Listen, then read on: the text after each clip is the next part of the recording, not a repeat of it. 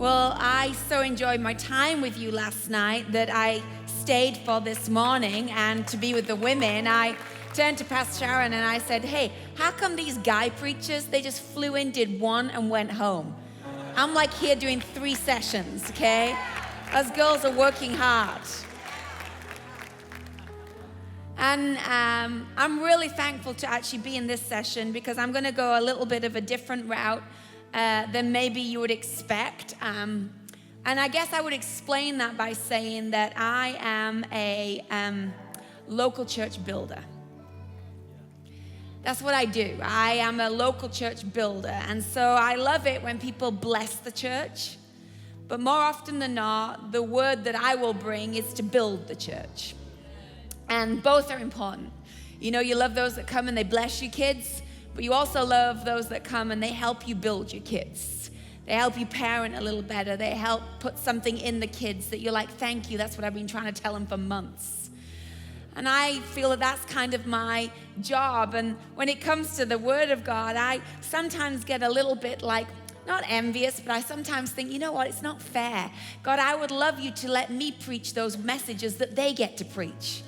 Because the Word of God, for many people, they come to church and really what they want is for you to open what they believe is the candy jar. They want the Word of God to be a candy jar and they get something sweet out of it, something that tastes good, something that makes them feel good. But I often find God doesn't let me find candy in this jar. God's like, I do have candy in there, but my job often is the greens, right? This is not a candy jar, this is Whole Foods. And so I want to have a candy, but you know, if you're a good parent, you can't let your kids live off candy. You have to make them eat greens too. And so oftentimes what we got to do is not feel like we have to keep our congregations happy or entertained or sweet, but we have to realize that we have to give them a balanced diet. And so that means talking about some stuff that maybe you'd rather avoid or some stuff that maybe you'd rather be like, well, that's not really going to get me many cheers. In fact, I would say that there are those preachers that are wow preachers, but I've found that I'm more of an ow preacher. Just drop the W. I'm like an ow preacher. Like, you know what I'm saying and you're not sure you'll like what I'm saying. And I guess the message this morning is a little bit in that vein. I figured that by this morning, the bigger crowd that have got jobs to do and families would not be here. And really the majority that would be here would be in some kind of leadership role. And so I want to speak to you from a heart that is the heart of a local pastor and a leader. And I'm explaining what I do so that you can receive me as, you know, part of the family, God's family, building like you're building. And I told the guys last night, am I okay to go on this tangent? And this is not going to get anyone excited this morning, but it might make you say, ow. And it actually might be a little bit of a lifesaver. And I believe this next few moments I have with you are going to be instructive for you to lead better. It's going to give you language for some of the things right now you're trying to deal with in teams that you lead. It's going to give you an understanding of some decisions and the process that you're going through in some of the decisions you're making. And my prayer is that by the end of it, you will have more clarity where you feel unclear. And you'll have a sense of, I know what to do next in the areas where you're struggling to know what to do next. Amen? Amen. Thank you. All right. Well, the title of the message this morning, and I told you, I gave you the advance warning, you might not like it. The title of the message this morning is Pick Your Pain. Pick your pain. There's a promise in the Bible that is not on any fridge magnet I have ever bought. Not that I'm given to fridge magnets, but I've never seen it in the Christian bookshop. There's a promise in the Bible that promises that we will have trouble. That in this life there will be trouble, there will be pain, there will be obstacles, and that promise is in this candy jar just as much as the other ones are, but we prefer the other ones, and we like to see the other ones every morning when we get up to open our refrigerator. But I think we've got to get back to a bit of a reality check and realize that pain is part of all of our journey. There is no pain-free journey with Christ. There's no pain-free Christianity. Pain is part of what we have to walk through. Pain is part of what we have to handle. Pain is part of what we have to get used to and understand. We actually have to get a language that helps us understand pain. Otherwise, every time we feel pain, we'll begin to isolate ourselves, back off, blame God, get angry, get frustrated. So I think as leaders in particular, and anyone with a responsibility to lead a team or to build the house of God, we have to get our head around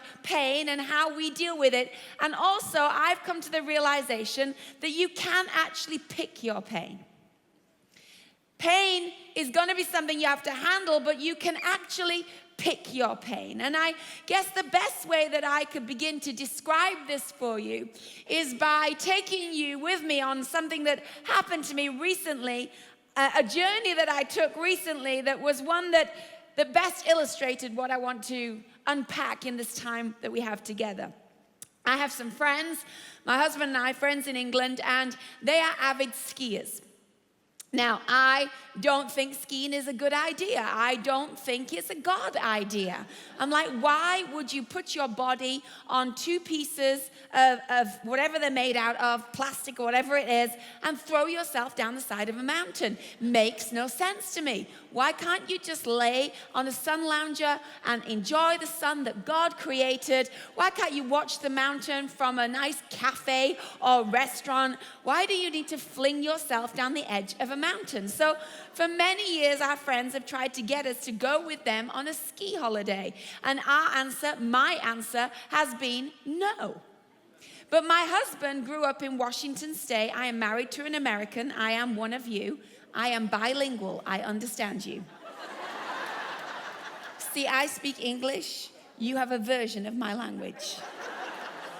Something happened when my language came over the ocean, and I forgive you for it. It's okay. But you did make words up like y'all. That's not even a word. That's two words shoved together, okay? Just saying. I actually embrace you, love you. You are my people. In fact, so much so that next week I become an American citizen. Yes, I do. I have my oath ceremony next week, so you are stuck with me for the long haul. Anyway, that's pain coming your way. No. Back to my story. So I'm with my family, and my husband grew up in Washington State, so he's like, I've always wanted to go skiing. And every year I say no. But now my kids have become more opinionated about what they want to do for their vacation. And because my friend's family have kids their age who would obviously convince my children this was the greatest idea ever, I found myself outnumbered. So just over a year ago, we were sat round at their house and the ski conversation came up yet again. But they had planned the conversation. I mean, they had images, they had pictures, they got my kids involved, and I was being ganged upon to say yes. And in a moment of weakness, I said, okay, I'll give it a go. So I found myself just this past Christmas going on a ski trip with our friends. Now, the kids were hanging out with mum until mum was way too slow, way too boring, way too nervous. And so the kids, they ditched me and took off with their friends. And I was like, I have to get past this fear. And so on this one day, when they were out on the better ski slopes and I was still on the going slow, I decided to go right to the top of this mountain. Now, I have a fear of heights. I don't like heights. I have to really deal with okay, I'm going to be okay. So I decided this afternoon I'm going to go to the top of the mountain. My friend said, I'll come with you. We go all the way to the top. I'm like, I'm going to go down all by myself. I'm going to beat this. I'm going to tell the kids, Mom did it. Okay. So we get to the top of the mountain. And it was really bad snow in Europe last year. There was barely any snow. In fact, they were making snow at the slope that we were staying at. And there was sheet ice in a lot of the patches higher up underneath the very thin layer of snow. And I am not an experienced skier at all. So obviously we get to the top of the mountain. I'm doing good. But then there's this really tight hairpin bend. And at that moment in time, as I'm going around the hairpin bend, I hit a patch of black ice. And as I hit the patch of black ice, my skis cross at the front. And because I don't have the skill set to know how to uncross my skis while I'm going at a faster speed than I should be going, I realize in my mind, pain is coming. It is in my future. there is going to be some hurt that is in my future. I know that pain is coming. I know it's inevitable that there's going to be a bump, a bruise, that there's going to be some pain coming my direction. And as I round the corner and my speed has increased and my skis are still crossed, I see before me the most heart-rending scene, because I realize I am in serious trouble. Because round the bend of this steep part of the mountain, there was a ski school for children. And the ski school were teaching the 4 and 5-year-olds how to snowplow at this steep part of the mountain. And so they had all the kids join poles in a long line right across the whole width of this area that I was coming out of control round the corner to. And in that split second, I realized, okay, I have to pick my pain. Pain is coming, but I have to pick my pain. I could see that to the left, there's a ski school. They were all holding on tight, and there was a ski instructor, and there was a pile of snow. And so I knew to the left, I had the option that actually, if I could just veer left, I could actually take a couple of kids out. No permanent damage, but probably bruises. I could hit the snow pile at the side that was piled up there, which would soften my blow. And the instructor would probably see me coming, help catch me and take me down in a way that would limit the damage to me personally. I had that option on the left. And in a split second, I could see on the right that a couple of the kids, they had dropped their ski poles, which had created a gap between the children. And I realized I could go to the right and probably make it through that gap without hurting any of the children, but I would then go off the edge, not knowing what was at the other side of the edge, and commit myself to pain that was unforeseen right now. I had to pick my pain. So with that in mind and all of those things flashing through my brain, I took the turn to the right, hit the gap between the two children, and went over the edge. I bumped down the hill, which was more rock than it was snow, and I kind of came to and got myself up, and nothing was broken. And it was later on after that experience that came back to my mind time and time again, and I felt the Spirit whisper, that's exactly what the church, my leadership, those that are building what I've asked them to build, have to do. They have to choose which pain they want. Because pain is coming. Betrayal comes. Offense is coming. People getting annoyed with you is coming. Not everybody agreeing with you is coming. Making a bad call is coming. But as you see the pain coming and as you're about to experience it, there is a decision you must make to pick the pain you want. And the intersection that I want to bring your attention to today was the intersection I had on that slope, which was two choices. And I believe these are the two choices we have to wrestle with over and over again as we build the church. The pain choices you have is number 1, collateral damage, and number 2, personal pain. On the side of that mountain, I could either choose to go left, which would be collateral damage, more people being injured, more people being taken out, more people being hurt by my poor ski skills. There would be softer injuries for me, but there would be collateral damage by me going left. Or I could go right, which was the only person that would be injured would be myself. And I would take the impact and the hit, and I would be the one that had the main bruises because I would choose personal pain over collateral damage. And I want you to know, as leadership, those decisions visit us all the time. Those decisions are before us all the time. And the great sadness to me is that more people choose collateral damage than they do personal pain.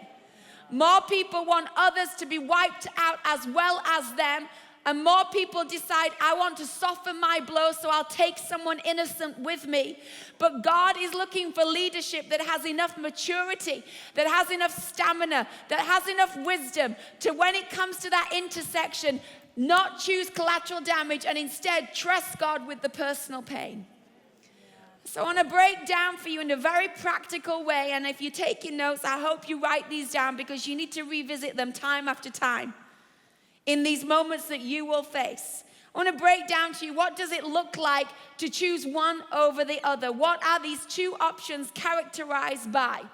The first is this. You can tell a leader or a person that chooses collateral damage or personal pain because they choose between these two options. Collateral damage will always choose retaliation, but personal pain will choose preservation. Collateral damage will always say, I need to have my say. I need to let you all know that I am hurt. I need to make sure that everybody experiences what I am experiencing. They need to react. They need to retaliate. They need to act now. They need to say what it is and get it off their chest. Retaliation is impulsive. Retaliation is often an offensive move back to the offense that they have felt. But preservation says, what can I do to keep the big picture intact? How can I hold my tongue to save the team?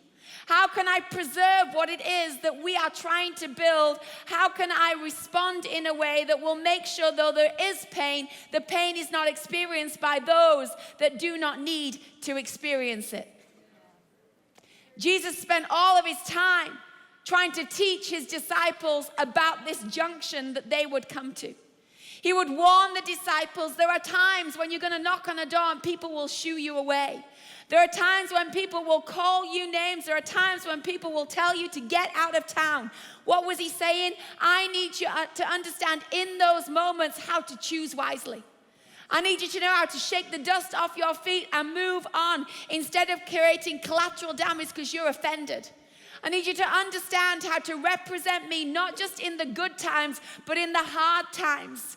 And he would spend time with his disciples, helping them with this understanding. In Luke 9, verse 51 in the Message Bible, there is a story that we find. And this story makes me laugh because I think this story would be written about many of us on our journey. And the story is about this incident that happens, and the disciples have a conversation with Jesus because they have seen that people are being offensive to Jesus, not welcoming of Jesus, and they want to sort it out. So let me read this to you in Luke 9, verse 51 from the Message. I think it's going to come up on screen. Jesus was not being welcomed in the town that they were going to, and so they says this, when it came close to time for his ascension, he gathered up his courage and steeled himself for the journey to Jerusalem.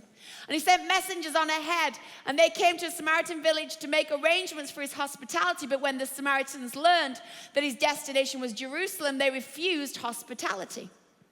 When the disciples, James and John, learned of it, they said, Master, do you want us to call a bolt of lightning down out of the sky and incinerate them? Collateral damage. And Jesus turned on them and said, of course not. The Amplified says, Jesus turned to them and said, we are not of that spirit. In other words, they were saying, hey, these people, they don't appreciate you. These people, they're not applauding you. These people are not hosting you the way they should host you. So I have an idea, Jesus, let's wipe them all out. Hello. I've led on teams with people of that spirit. These people are not amening my preaching. These people are not giving like they should. These people are not supporting. You know what? Let's wipe them all out. Let's fire the whole team. Let's get rid of them all. Collateral damage is an option. But I love Jesus was saying, listen, that is not the spirit that you are of. I know you're hurt. I know you feel misunderstood. But if my ministry is going to look like that, there'll be no one left. There was another time when Jesus was in the garden, remember? And in the garden, all of the plot to come against him was beginning to unfold in front of the disciples. And in Luke 22, verse 49, you see that Jesus is being arrested and Judas has now betrayed him. I mean, talk about pain. One of his team, one of the ones closest to him, is now doing this act of betrayal in front of the others. And it says at that moment in verse 49, when Jesus' followers saw what was going to happen, they said, Lord, should we strike him with our swords? And then one of them struck the ear of the high priest and cut off his right ear. But Jesus answered, no more of this. And he touched the man's ear and he healed him. See, when you're in this place of collateral damage, retaliation begins to chop off ears that Jesus has no intention of chopping off. It's like in that moment when Jesus had the right to be the most angry, to throw a sword, to say something. Jesus is trying to say to his disciples, what do I gain by someone's ear? What do I gain by collecting someone else's injuries? What do I gain by lashing out and making yet another person be a victim of what has happened? I do not want you to have a spirit of retaliation, so rein it in. Immaturity grabs a sword and lobs off an ear. But maturity says, I don't think you are part of the real problem. You've ended up in a scenario that maybe you did not even think through properly. But the real fight is not you. The real fight is this issue. And I choose today not to have collateral damage. I pick my pain. Pain is coming. But I pick in the pain that I am choosing to preserve the big picture. There's many times in leadership where you have to pick between retaliation with someone on a team, retaliation with something that has happened, or preservation of the bigger picture.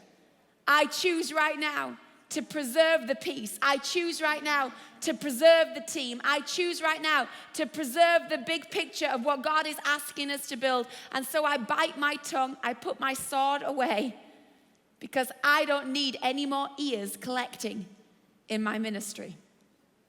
The second thing that turns these two things from one another is that you choose, if you are choosing collateral damage, if you are choosing to have that pain that lets everybody know about it, you will always pick self over serve.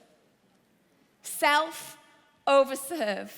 Your agenda will always be more important than the agenda. You will choose to take care of you before you take care of others. Self over serve is a choice that you have in those moments where you feel the pain. Jonah had to pick his pain.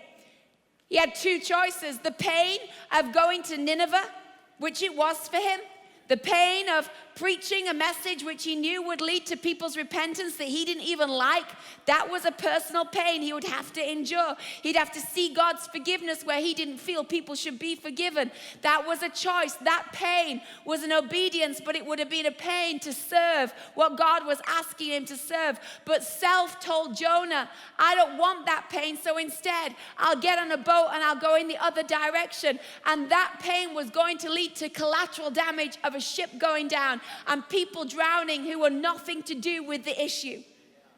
Self over serve is something that we constantly have to come back to in our leadership. And if you are aspiring to lead at a greater level, you have got to learn this lesson. Because otherwise, everything that you work hard to build, you will lose in these moments where you choose to pick your pain. You will lose the ministry, lose the team, lose the commitment, lose the people following you if you make bad decisions time after time for collateral pain over personal pain. Pride is something we have to talk about, and pride is something we have to know how to identify, because often in those moments it's pride that wants you to actually choose self over serve. It's pride that wants you to come out looking good instead of come out with an actual admission that you made a mistake. It's pride that wants to go the left route instead of the right. It's pride that says, why should I let people see my hurt? Why should I let me take the blame? I think I should share it. Pride is something that will cause you to pick unwisely when it comes to picking your pain. In Proverbs 16 verse 18, it says this. It says, your boast becomes a prophecy of a future failure. Your boast becomes a prophecy of a future failure. Be careful what you boast in. There's only one place we should be boasting, and our boast should be in the Lord. Pride will cause you to cause you to pick self over serve. What do you pick? What do you pick in those moments when there's pain coming? You know, when David was told he wouldn't get to build the house of God in the way that he had all his life wanted to build. When he's told, you don't get to do it, it's not going to be you. Can't use you to do what it is that you've dreamed to do. There was pain in that moment for David. He didn't go, oh yeah, no big deal. His heart ached. He longed to build what it was that he had dreamed to build. He was battle weary, and now he was ready for this next season of his life, and all of a sudden he doesn't get to do it. That's a painful moment. But I love what David did, because David at that place of pain picked his pain. And he said, you know what? I will take the personal pain.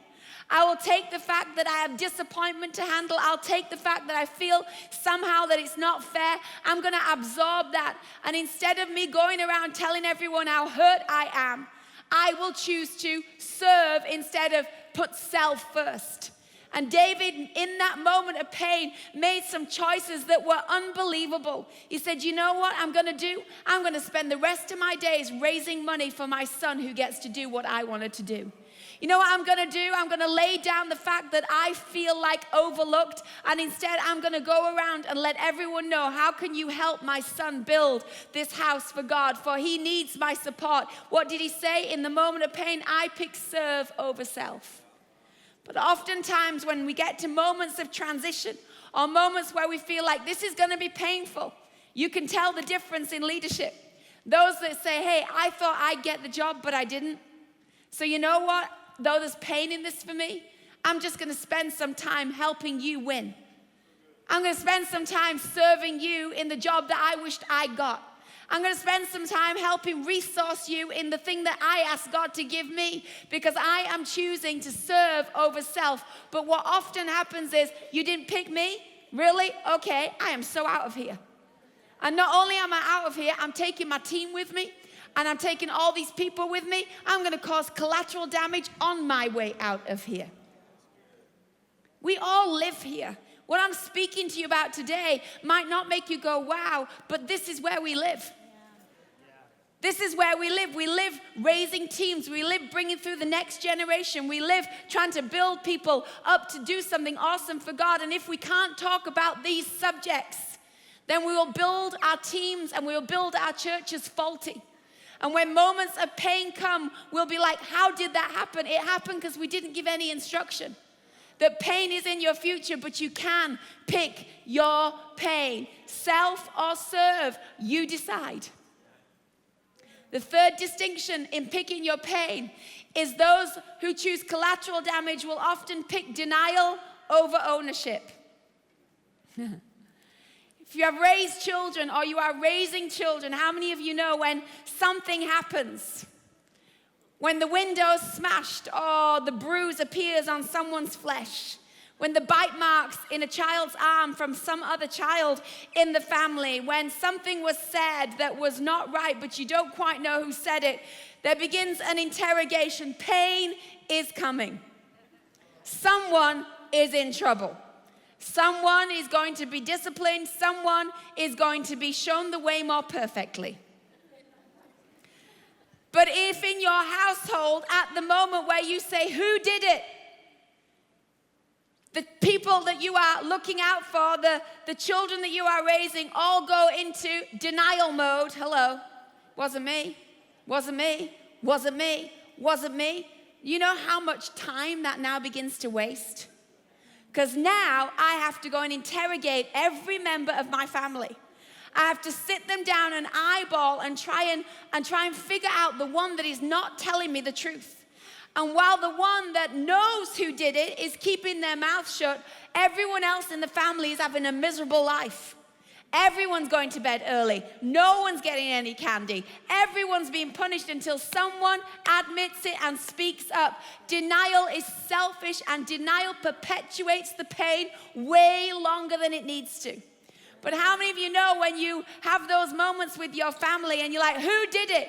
If one of the children goes, it was me, you're like, you don't want to smack them, you want to hug them. You're like, thank you. Just saved me hours of my life. Thank you for your honesty. Good child. Thank you for admitting that you did something wrong. You just feel a relief that at least there's honesty now. At least there's an admission now. At least they're willing to take the blame and save us all from hours of stressing the family. Maturity, when you pick your pain, chooses not to have denial but ownership. Pain is coming, but you have to decide whether you're going to deny it or whether you're going to own up to it. I don't want to lead a team where when something goes wrong or someone does something wrong, I have to spend weeks of my life trying to figure out where the pain started, who caused the offense, who said what. I want to raise a team who goes, you know what, I messed up. I hope as a parent, you don't only ask your kids to be honest, but you're honest. You know, there's times when I pull my kids in and I'll say, hey, guys, Mum was wrong. I was wrong. I just need to let you know I was wrong, and I need to ask you forgiveness. I made a bad call. That was a bad decision. I want to teach my kids ownership. And the way you teach your team and your church ownership is by you living a life that is willing to have ownership to the things that go on. It's a picking of pain that saves so much time. We can either be Eves. It's not my fault, not my fault, not my fault, not my fault. And we all suffer for a decision that was made and a denial that followed. Or in the moment that it happens to us, we can come before God and fall on His grace and go, I think I messed up. And God in His goodness and His grace will heal your pain because you delivered others from unnecessary injuries. Some of you right now are exhausted because you're forever on the hunt of who did it, who said it. Where did it go wrong? But when you have a team who goes, it was my department. It was my department that didn't hand the receipts in. It was my department that set the fire alarm off. It was my department. I love it. Just before we came in here, the fire alarm went off. And one of the girls in the team here came out the kitchen and she's like, it was me. I just set the stove on fire and evacuated the whole church. But guess what? Because she said, it was me, the fire people knew which room to come in. They knew where the smoke was. They knew where to turn the alarm off. They knew there was nobody on fire in the building. They were able to contain the problem because it was me. Imagine if you walked into your youth department and said, a ball went through the window on Friday night. Who did it? And they were like, it was me. You'd be like, whoa, I see a great future for you on my team. Why? Because you're choosing to save me hours of time. And when they go, it was me, and I'm going to pay for it fixing, you're like, when can I promote you? Because suddenly what they have done is they've modeled to you something greater than just denial, but instead ownership. Own your stuff. Pick your pain. Why do you think Jesus spent so long teaching Peter about denial? He was teaching him, this is not the way to lead. Let me teach you in your moment of denial how denial unravels things. Let me teach you that denial is not the answer. And he went back to Peter and said, I'm giving you a chance to own it. Own it, own it. I know it's hurt. I know there's pain, but I can restore you when you own it. I can't while you're living in denial. Start conversations that move you forward. Denial will move you further away from where God needs you. I love Job when he was given an opportunity to blame God. His wife said, blame God and die. He picked his pain. And it says in Job 1 verse 20 that not once through all of his troubles did Job sin. Not once did he blame God. I want it to be said of us as leaders that we don't live blaming our teams, blaming our people, blaming the church. But where we need to, we pick our pain and we stop living in denial and we take ownership for what we can take ownership for. Finally, another set of distinctions that you see, and I guess this is a big one in this day and age we live in, more than any other. You can pick your pain, and the choice can often be picking public sympathy or private suffering. In the world of Instagram, Twitter, Facebook, hello, there has never been more rampant choosing of public sympathy. Public sympathy is when you upload your image with a Jesus message, which is way more loaded than Jesus needed it to be, which is letting everybody know, I really am so hurt and this has happened to me, but in a way that makes it sound so Christian. But anyone that reading it, that knows your story, knows this is not all it appears to be. That there is something in here that's looking for the comments that say, poor you. You're so misunderstood. That terrible person. I'm praying for you, bro. Where what really should say is, get off Facebook and go sort your issue out. Because now you've spread it to all these people that are reading your feed. Hello? Do not get on Facebook when you are in pain. Take a step back and then pick your pain. Public sympathy is what we look for to make our flesh feel better. Well, I need to tell a few people, and the few people we tell a few more people, and before you know it, everybody feels sorry, but they don't know the whole story. I love social media. I love to tweet, and I figured after last night when you were all on it tweeting that you love it too. I think it can be a great tool, but I also think in the hands of immaturity, it can be a painful tool. And it can be a tempting place for us to amplify our pain, looking for people to feed us, make us feel justify the way we're acting or the way that we're speaking. Public sympathy or private suffering. I think of Jesus. Think about it. He knew pain was coming. He knew the most agonizing pain was ahead of him. The betrayal of his team through Judas. The betrayal of the people that he had helped and served when they shout, "Crucify him."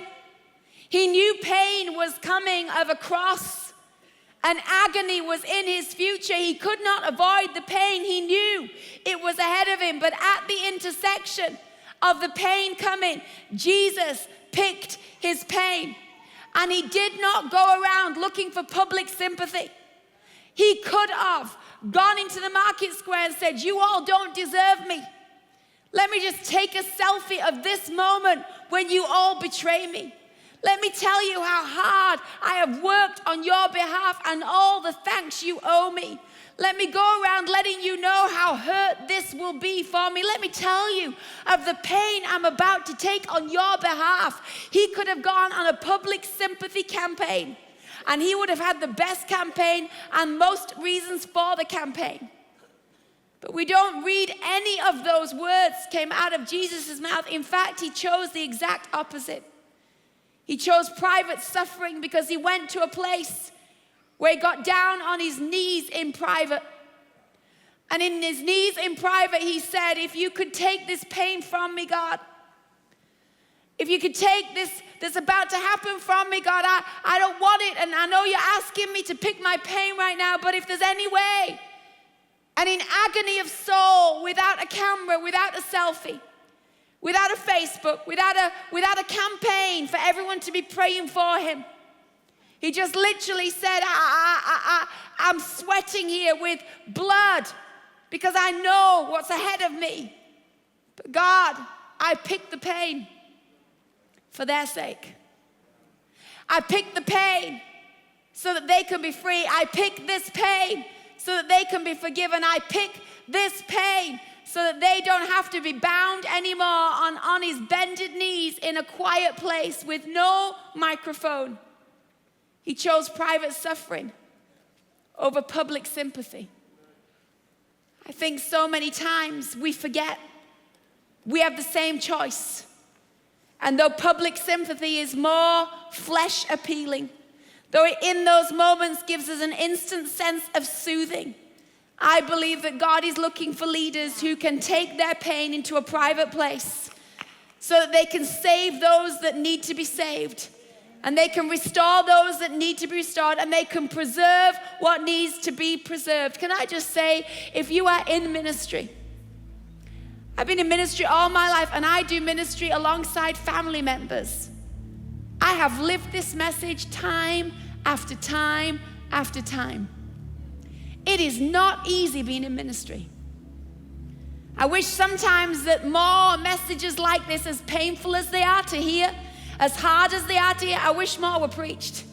Because somehow people join ministry as if it's some celebrity parade. Give me a microphone, let me wear the cool clothes, let me preach a message, let me get a round of applause, and then move on. But that's not what ministry is about. There are moments when you get to encourage the crowd, but I'm telling you, God is looking for leaders who can pick their pain. Leaders who are wise enough and mature enough and deep enough in the place of God that when those moments come, they will take a knee instead of taking off an ear. When those moments come, they will say, God, I don't get it, I don't understand it, I don't particularly want it, but if by me going right instead of left, I save people from damage that they don't need to endure. I protect innocents that don't even need to know. You know, this place here is not for preaching my angst. It's not for shooting arrows out of the pain that I am feeling. And I've been in messages where I know that the person has been hurt and they're letting us know they're hurt. But the job of leadership is to take the hurt and go to God with it and find in it something that is healing for the others. And then to step into the place that God has entrusted you and say, hey, I see you, I hear you, but this is where I need to steer you. Pick your pain. Pick your pain. Every young leader that we raise up needs to know you're going to have to pick pain. Every zealot is going to need to know you're going to have to learn how to pick your pain. I'll finish by saying this to you this morning, because I discovered this after my skiing fall. I got up from the skiing accident and I got down to the bottom of the hill and I was all intact, nothing was broken, thank the Lord. And I was like, I'm good.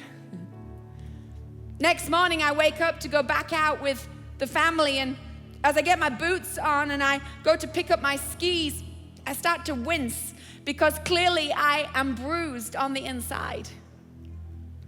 Clearly the fall and the pain has affected me, and I have injury that is not visible to anybody, but it does mean I still have injury. And let me say something to you, hidden pain still needs healing. And as I winced, because I'd not made a big deal about it, as I winced, my friend, our best friend, her husband saw me wince, and he literally came up behind me and he goes, from now on, the rest of the week, I'll carry your skis up the hill. Let me just carry them because I can see you're tender. I can see that you're hurt. I can see that you're bruised. I'll carry your skis up the hill. And God will send you people that in the moments where you choose personal pain, they will become your ski carriers. They'll say, hey, I see what you did to take one for the team. Let me carry your skis.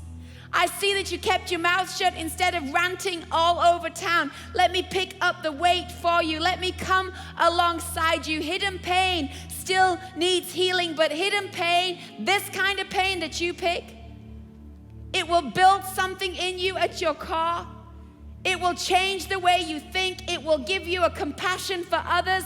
It will change the way that you see those around you. And some of you in leadership have internal bruising.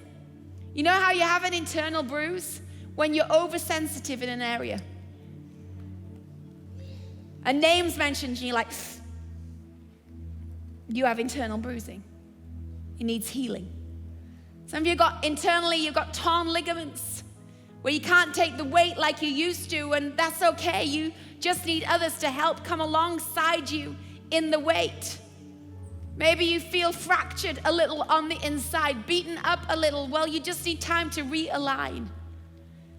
It's not that my pain on that mountain wasn't real, it was real. But I was really glad afterwards that I had some internal bruising at the sake of no children having broken limbs that didn't need to. God sees your hidden pain. You know, last night I spoke to you about Saul and his controlling nature and the difficulty he put into David's journey. But can I tell you, I didn't get to complete my thought last night, because though there are Sauls out there that will inflict pain, though there are voices out there that will make you feel the strain, that will make you feel the offense, can I tell you who also is out there? Jonathan. When David shone, Jonathan showed up. Jonathan, who had the most to lose. Jonathan, who was the biggest threat Jonathan, who was the heir to the throne. Jonathan, who it was his job to be the next king. Jonathan shows up. As David has walked through this pain, Jonathan shows up, and Jonathan is secure, and Jonathan is God-centered, and Jonathan is not striving, and Jonathan picked his pain. And he said, I am willing to lay down my right to the crown. I'm willing to take off my royal robe. I'm willing to surrender what it is that I feel I'm entitled to, because you know what? I need to let you know, David, I'm more about the bigger picture than I am my agenda. I'm more about preserving the kingdom than I am preserving my title. And so my security in who God is, though this is painful, though there is a loss to me personally, the bigger gain is that you become the king. God's man becomes the king. So I step back so you can step up. There are Jonathans in the wings that will help you in your moments of hidden pain. I finish with this incredible verse, which is in 2 Corinthians 7, verse 10. In the Message Bible. I encourage you to read it over and over, because I have so many times in my life chosen to pick my pain, and I have chosen the personal pain more often than not, and I've been like, God, how is that going to help me? But you know what I've realized? It has changed me for the better. It has changed me for the better. Pain can change you for the better if you understand how to pick your pain. It says this, let's put it on screen. Distress, pain that drives us to God does that. It turns us around. It gets us back in the way of salvation. We're never going to regret that kind of pain. But those who let distress drive them away from God, collateral damage, they're full of regrets. And they end up on a deathbed of regrets.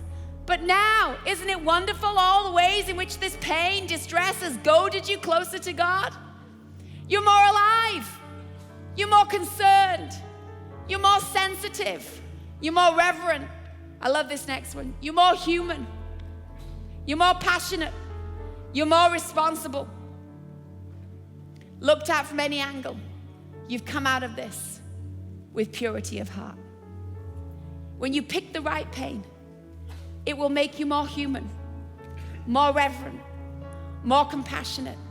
You can tell someone when they preach that has walked a journey that has been expensive, but they have paid the bill. See, a lot of people, we put our hand up to lead. We say, God, I want to do this. And then when the bill comes, we complain. No, you picked your pain. I remember when we took on the transition of our church and I was having a good old moan. It's not fair, it's too hard, it's too difficult, I don't like it, they are mean, the church right now, I don't even like the church right now. I was having a real good whine. I know no one's that unspiritual here that would ever do that, but I was having a moment.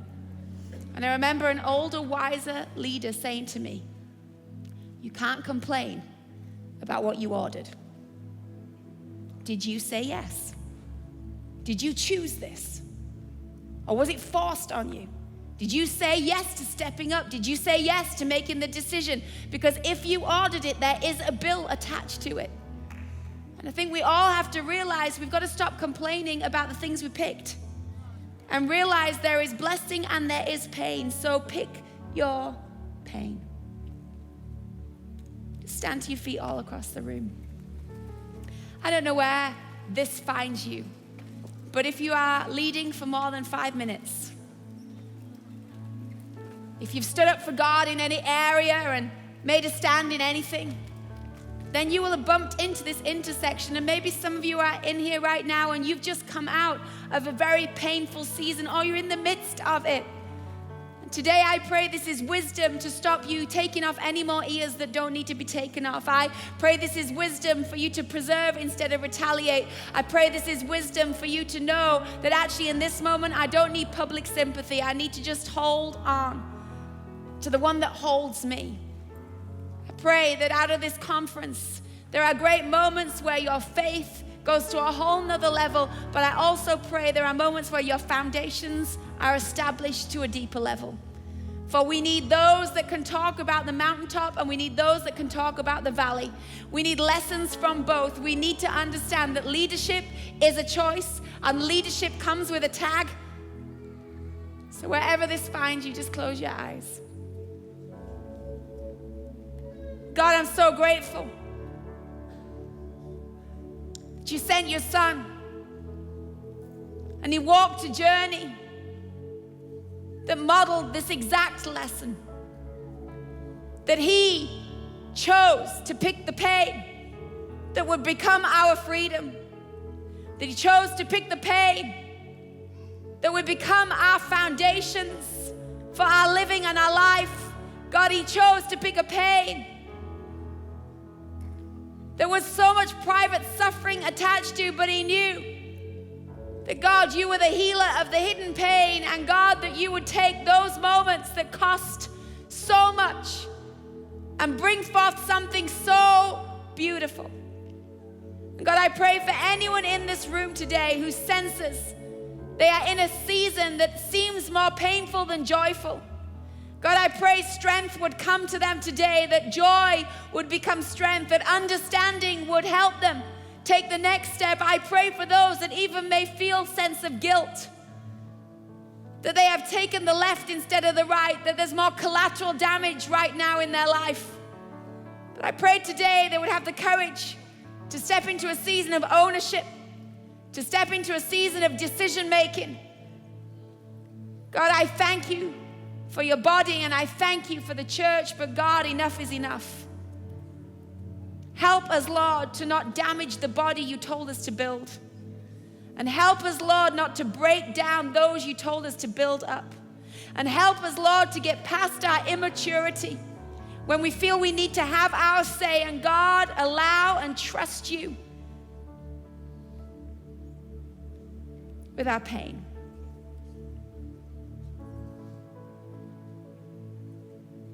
And just, God is here. Some of you just need to open your hands and put them heavenward as a sign of some stuff you're letting go of. But I haven't had my say, let it go. But I've been misunderstood, let it go. But I don't feel it's fair, let it go.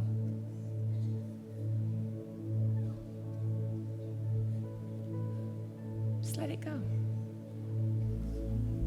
Just let it go. Let a lightness come back. Some of you are so heavy. You are walking around with a sword pulled out, ready for an attack, ready to lob off an ear.